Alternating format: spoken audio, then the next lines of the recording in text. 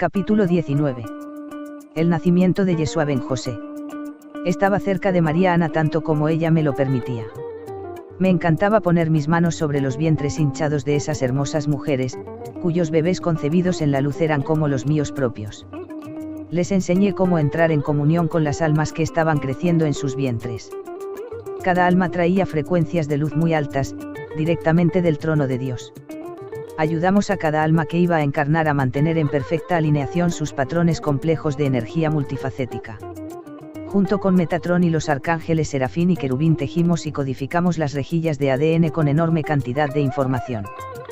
Preparamos las frecuencias dentro y alrededor de las madres, los esposos y la comunidad, de modo que estas preciosas almas pudieran entrar en este plano tan armoniosamente y sin dolor como fuera posible. En enero, el esposo de Judith, Justiniano, que acababa de regresar de Roma, nos trajo noticias inquietantes. Nos dijo que César Augusto había decretado realizar un censo de la población del imperio durante las 3 semanas después del equinoccio de primavera. Requería que todas las familias fueran a la ciudad de origen de sus ancestros para ser registradas por los recaudadores de impuestos y jurar lealtad a Roma. La comunidad del Carmelo se reunió para discutir sobre este reto que el César nos imponía. Muchos de nosotros estábamos furiosos por tener que dividir nuestra lealtad entre Dios y el César. En medio de esta polémica, nuestra atención se dirigió de pronto al fuerte golpeteo que José ben Jacobo hacía con su bastón sobre el suelo de piedra. En silencio nos volvimos hacia José, que acababa de abrir el pergamino que contenía las palabras de Miqueas el profeta. Entonces leyó: pero tú, Belén Efratá, aunque eres pequeña entre los miles de Judá, de ti saldrá aquel que ha de gobernar Israel, aquel cuya venida ha sido predicha desde el principio, desde los días de la eternidad. A partir de ahora, el Señor los abandonará, hasta el momento en que ella, que está de parto, haya dado a luz, luego el resto de sus hermanos volverá junto a los hijos de Israel. Y él se alzará y cuidará de su congregación con la fuerza del Señor, con la majestad del nombre del Señor, su Dios, y el pueblo se restablecerá, pues su dominio se extenderá hasta los confines de la tierra, y él mismo será la paz. Así leyó las palabras del profeta Miqueas, hasta que todos empezamos a entender que el Creador estaba orquestando un propósito divino, usando a César como instrumento para cumplir la profecía. José sugirió que en lugar de desperdiciar nuestra energía discutiendo, todos los que pertenecían a la casa de David y cuyas familias procedían de Belén se reunieran y agruparan sus recursos para que el necesario viaje pudiera hacerse de la manera más cómoda y segura posible. Teníamos que tener en cuenta además que había mujeres cuyos embarazos estaban llegando a su fin, como María Ana y Rebeca. Era penoso imaginar el largo camino que tenían que hacer con sus vientres tan grandes. Durante las semanas siguientes, José organizó los recursos de nuestra comunidad para conseguir vagones, suministros y hombres fuertes que asegurarían que el viaje transcurriera sin problemas. El frío del invierno había pasado, y la primavera estaba en el aire. La Pascua llegaría pronto. La cosecha temprana de los cereales de invierno y la temporada de parto y esquila de las ovejas requería nuestra atención antes de poder iniciar el viaje. Además teníamos que entregar una parte de nuestra cosecha a los recaudadores locales de impuestos. Para que nuestra comunidad se quedara siempre con un pequeño grupo de hombres clave, nos dividimos según las tribus de origen y nuestros destinos, y espaciamos los tiempos de partida. Con suficientes miembros de la comunidad viajando en grupos no tendríamos que preocuparnos por las bandas armadas de ladrones que robaban a los incautos en los caminos. En lugar de sentir lástima por nosotros mismos, elegimos sacar el mejor provecho de esta circunstancia desfavorable. Preparamos un carro lleno de mantas y tirado por 2 bueyes robustos para María Ana y Rebeca. Una semana antes de nuestra partida, tuvimos una maravillosa sorpresa cuando Rebeca dio a luz a una hermosa niña llamada Mariam. Los niños más pequeños y los ancianos viajaron en carros. Yo monté en una mula, las otras mujeres montaron en burros, camellos o caminaron. La mayoría de los hombres y los niños iban a pie. Nos llevamos nuestros instrumentos musicales, alimentos, tiendas, y forraje para los animales. Cantábamos mientras caminábamos, contábamos historias alrededor de las fogatas, y nos turnábamos con las tareas necesarias en nuestra travesía, que nos llevaba por las carreteras romanas pavimentadas con adoquines. Al pasar por las afueras de Jerusalén, el camino se hizo más ancho, pavimentado con piedras cortadas y colocadas por las guarniciones y esclavos romanos. Los acueductos y pozos profundos que encontrábamos en el camino suministraban abundante agua. Nos sentimos protegidos y bien cuidados hasta que llegamos a las estrechas calles de Belén, atestadas de una multitud tumultuosa de personas, animales y medios de transporte. Los soldados romanos estaban por todas partes. Sus espadas y lanzas se erigían hacia el cielo y sus látigos golpeaban las espaldas de los esclavos y transeúntes ingenuos que no conocían el protocolo adecuado. No había visto tanto ajetreo desde que dejé Alejandría. Más allá de Belén, cerca de Etam, donde había vivido hacía mucho tiempo, había un valle regado por un pequeño manantial. Esta tierra pertenecía a un pariente lejano, el padre de la esposa de mi hijo Lucas, Abigail. Allí nos refugiamos, lejos del ruido del pueblo atestado. Establecimos nuestro campamento cerca del pozo que daba de beber a sus ovejas y ganado. Era bonito estar rodeados de nuestros amigos y familia cercana. Esperábamos a otros miembros de la familia que vendrían de Galilea, Judea y Samaria. Para levantar el ánimo, aprovechamos esta oportunidad para crear una maravillosa reunión familiar. La hermana de José ben Jacobo, Isabel, quien también era prima paterna de María Ana, había dado a luz a su hijo concebido en la luz 6 meses antes. Hacía 20 años que Isabel no concebía. Su vientre había estado estéril los últimos 8 años desde el cese de su sangrado mensual. Así que teníamos muchas ganas de dar la bienvenida a este milagro de niño. Según la indicación que su esposo Zacarías había recibido del arcángel Gabriel, su hijo se llamó Juan. Tenían también una hija mayor llamada Acira, que se había casado hacía poco y esperaba su primer hijo. Zacarías ofreció quedarse en el templo de Jerusalén, donde realizaba sus deberes sacerdotales, para que María Ana y yo pudiéramos quedarnos con Isabel en su pequeña residencia en las afueras de Belén. Rebeca permaneció en el campamento con Simeón y su bebé mientras transcurría su tiempo de purificación, el tiempo de sangrado después del parto, según era llamado por el patriarcado. José iba y venía del campamento todos los días. Cuando llegó el primer día de empadronamiento para la gente de Galilea, fuimos ante los censistas y recaudadores de impuestos de Belén. Fue una experiencia terrible, por más que traté de mirarlo con filosofía. Cuando por fin terminamos, al atardecer, comenzaron las contracciones de parto de María Ana.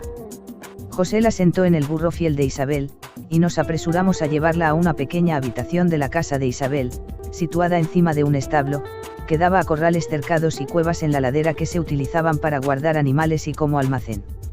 A esta habitación se accedía a través de un pasillo que daba a un patio interior, compartido por 3 viviendas conectadas que pertenecían al hermano de Zacarías, Zenos. José subió en brazos a María Ana por las escaleras estrechas y empedradas y la acostó sobre el camastro especial que habíamos preparado para el parto. José ya había enviado un mensajero para traer a Lucas, quien actuaría como médico de cabecera en caso de que hubiera alguna complicación. Estábamos a menos de 5 kilómetros de las cuevas y los establos donde Hannah había dado a luz a Uriana hacía mucho tiempo. Reflexioné que habían pasado casi 592 años desde el momento en el que Hannah y yo, su yo superior, nos fusionamos en el humilde establo del yerno de Naomi.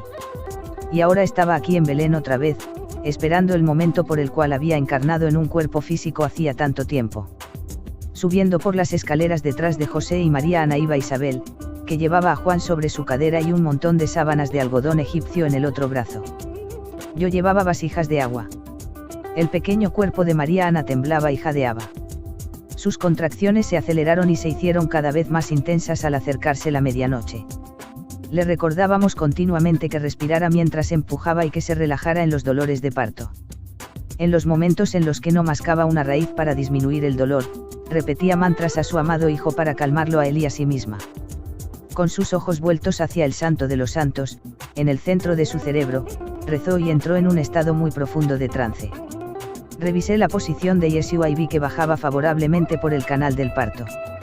Las contracciones se intensificaron gradualmente a partir de la medianoche. María Ana llevó el proceso con gran entereza para ser una doncella tan joven de solo 16 años. La animé a que expresara con sonidos los sentimientos que la envolvían. Finalmente, la vagina de María Ana comenzó a dilatarse dejando asomar la cabeza de Yeshua. Había sido muy buena decisión preparar su cuerpo para el proceso de parto durante el mes anterior. Debido a que no había experimentado la penetración de un hombre, la habíamos asistido mediante la aplicación de pomadas y masajes expandiendo los delicados tejidos a través de los cuales Yeshua estaba pasando ahora. Desde lo más profundo de mi ser surgió una progresión de sonidos. Entoné la canción familiar del destino más alto que las sacerdotisas de Hazar cantaban a las almas recién nacidas. Muy alto encima de nosotros, claramente visible como una estrella fija en los cielos, estaba la Merca Beavet Elohim. Huestes de ángeles, dominaciones y elementales vinieron y permanecieron junto a nosotros. Era como si toda la vida estuviera conteniendo la respiración, a la vez que el silencio más profundo penetraba el corazón mismo del cielo y la tierra. Y en ese momento, asomó su cabeza cubierta de rizos color castaño rojizo, y pronto el resto de su pequeño cuerpo estuvo en mis manos. Gloria a Dios en las alturas. Paz y buena voluntad para la humanidad. Esos fueron los estribillos que escuchamos de las huestes angélicas. Nuestra habitación brillaba con una luz dorada celestial. He aquí a mi hijo, en quien yo he venido a reunir mi rebaño. En él me complazco, fueron las palabras grabadas en nuestros corazones por el Dios Altísimo. Así es como recibimos al Hijo del Hombre. Y tal como él me había prometido y mostrado hacía más de un año, Yeshua había llegado a mis pequeñas manos. De hecho, era bendita entre las mujeres, así como lo era su preciosa madre. Yeshua nació bajo el signo de Aries. Su nacimiento se produjo alrededor de 1 hora después de la medianoche, en el 21º día de Nisán, según el calendario judío, que corresponde a principios de abril del año 4 AC, de acuerdo con tu calendario gregoriano. José había permanecido con nosotros durante todo el parto. A veces caminaba de un lado a otro, intentando no interferir con el trabajo de partería en el que las mujeres mayores estábamos absorbidas. Se añadía al dilema incómodo de José su timidez, pues a pesar de que era el esposo de María Ana aún no había tenido relaciones sexuales con ella. Sin embargo, en el momento en que Yeshua comenzó a salir, José estuvo inmediatamente a mi lado. Varios días antes del parto, José había ido al establo de abajo y había encontrado una pequeña caja de madera para cribar el maíz, que se utilizaba para alimentar a las ovejas y las cabras. La habíamos lavado y forrado con vellón de oveja y la paja más fresca que se podía encontrar en esta época del año. Sobre esto añadimos sábanas plegadas de suave algodón egipcio. Este humilde pesebre más tarde acogería al pequeño Yeshua para que María Ana pudiera descansar. Juan estaba en una cuna cerca del camastro de Isabel. Había permanecido completamente despierto durante todo el parto. A veces se ponía a llorar, e Isabel le daba de mamar mientras lavaba y refrescaba la cara y las manos de María Ana. Cuando María Ana requería más atención, Juan era acostado en su cuna o puesto en los brazos nerviosos de José. Juan prefería estar en el meollo de las cosas. Así fue como observó el nacimiento de su primo, cuyo camino abriría y prepararía. Mientras Isabel atendía la expulsión de la placenta de María Ana, puse suavemente a Yeshua sobre el vientre de su madre, con el cordón umbilical todavía unido. Después puse la placenta en aceites conservantes dentro de un recipiente especial, para enterrarla después en una ceremonia. José se inclinaba sobre su hijo y su amada María, como él la llamaba. Esperamos en silencio hasta que el pulso de vida del cordón umbilical que conectaba a María Ana con su bebé finalmente se agotó, y entonces cortamos y atamos el cordón umbilical, y lavamos al bebé recién nacido. Allí estaba, había nacido a salvo. Alabamos al Dios Padre / Madre con todos nuestros corazones, mentes y almas. Oramos para tener la fuerza y la sabiduría necesarias para proteger y preparar a Yeshua ben José para que pudiera lograr todo lo que había venido a hacer. Nos preguntamos por qué Lucas no había llegado todavía, pero estábamos muy agradecidos de que sus habilidades médicas no hubieran sido necesarias. Aunque todavía estaba oscuro afuera, una gran luz inundaba nuestra pequeña habitación como si fuera mediodía. Después de haber lavado y ungido a María Ana la llevamos a su propia cama, detrás de una alfombra colgada, que dividía la sala de estar. Yeshua fue envuelto con un paño del más fino algodón egipcio, que María Ana había preparado doblando las orillas y bordándolo cuidadosamente con un diseño geométrico de colores típico del linaje de David. Podíamos sentir la presencia de los grandes a nuestro alrededor. Durante las siguientes horas, mientras permanecíamos sentados en silencio, vigilando al niño que dormía en el regazo de María Ana, escuchamos dentro de nuestros corazones la comunión entre seres de otros reinos y dimensiones. En ese momento, alguien llamó a la puerta. Isabel corrió a abrir y se encontró con su casero y cuñado Zenos acompañado de Lucas, cuya respiración rápida indicaba que había llegado corriendo. Lucas inmediatamente se acercó a su hermana más joven y al niño Yeshua. Después de lavarse las manos, cuidadosamente procedió a examinarlos y se alegró de que ambos estuvieran sanos y robustos. Tal como había sido entrenado desde su juventud, Lucas hizo más tarde un registro por escrito de la más maravillosa de las historias. Aunque este registro ha sido alterado, ha sobrevivido relativamente intacto a través de los siglos y todavía se conoce en tu día como el Evangelio según Lucas. Lucas se disculpó profusamente por no estar presente en el parto, y explicó que había estado asistiendo a otro parto, ayudando a la madre y al niño a sobrevivir a una situación crítica. Sonreí por dentro cuando me di cuenta de que tenían que ser mis manos, y no las de Lucas, las que recibieran a Yeshua ben José, justo como mi nieto había prometido. Poco tiempo después, Zenos volvió para anunciar que había un grupo de seguidores en la puerta de la calle de abajo. Algunos eran pastores que trabajaban para el suegro de Lucas. Le dijeron que una multitud de ángeles se les había aparecido mientras estaban cuidando de sus ovejas en la ladera. Otros decían que se habían despertado de un sueño muy lúcido en el que les decían que fueran a la casa de Isabel. Sabían que María Ana estaba a punto de dar a luz la última vez que la vieron. A todos les habían dicho que se levantaran y fueran a ver a un niño recién nacido llamado Emanuel, príncipe de la paz, que era predilecto de Dios, al igual que lo era el hijo de Zacarías, Juan, que más tarde se llamaría Juan el Bautista. Cuando el sol empezó a salir, todos estos amados peregrinos fueron invitados a entrar en turnos. Subían las escaleras que había detrás de la casa principal de Zenos en parejas o tríos y se sentaban un momento en meditación junto al bebé dormido. De vez en cuando, Yeshua abría sus grandes ojos almendrados de color gris azulado y miraba a los miembros de la familia y amigos que fueron los primeros en darle la bienvenida. De mis hijos, estaban allí Natán, Lucas y Rebeca, que vinieron con sus parejas. Rebeca trajo a su pequeña bebé, Mariam. Mis otros hijos y los de Joaquín estaban muy lejos. José de Arimatea, junto con su esposa María de Magdala y su hermana Marta, fueron registrados en el censo de Betania. En una sincronía fascinante, María Magdalena había nacido ese mismo día en Betania, el mismo número de horas después de la puesta del sol que Yeshua antes del amanecer. Entre los trabajadores del suegro de Lucas había un niño de 12 años llamado Natanael ben Tolmi, Bartolmi en arameo. Estaba con los pastores que vieron a los ángeles. En sus brazos llevaba un cordero huérfano recién nacido, que traía como ofrenda para Yeshua.